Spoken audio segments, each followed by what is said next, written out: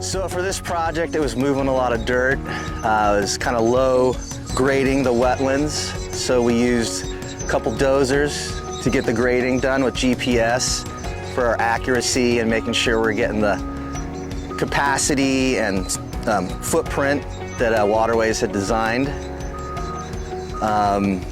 We used some haul trucks to be moving the dirt and an excavator to be loading out the trucks. So I think we had a 730 haul truck and a 740 haul truck once we started moving the eastern pond over there, the berm there. So just earth moving equipment to get stuff moved in a timely manner. So, and then a water truck for dust control. When we were filling the ditches for the open water enhancement areas, we were using a compactor to get all that dialed in and get the compaction of a little over 90% for the design, and then left it a little loose on the top 6 inches for germination of the native seed and plants that kind of come in.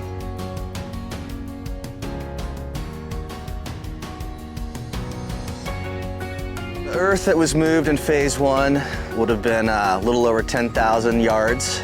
Part of it was used filling in the irrigation ditches. It was all kept on site.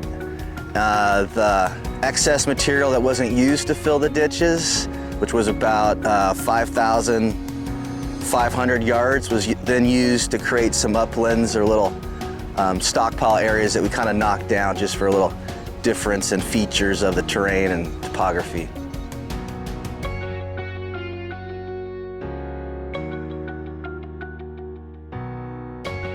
We were coming up to, crossings where we were finding these culvert pipes that needed to be removed, and also we were finding a lot of 6-inch like main line and laterals that were feeding the farm here.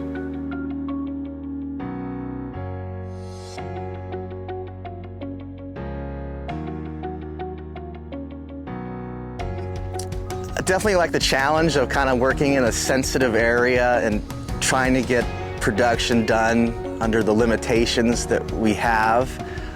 All the personalities out here were pretty easy to work with. One of our more favorite clients to work with. So good working relationship and working with the crews that we have. Had a good bunch of guys out here. So things were done in a pretty timely manner and efficiently. No real hiccups or snags, so it went pretty good from our standpoint.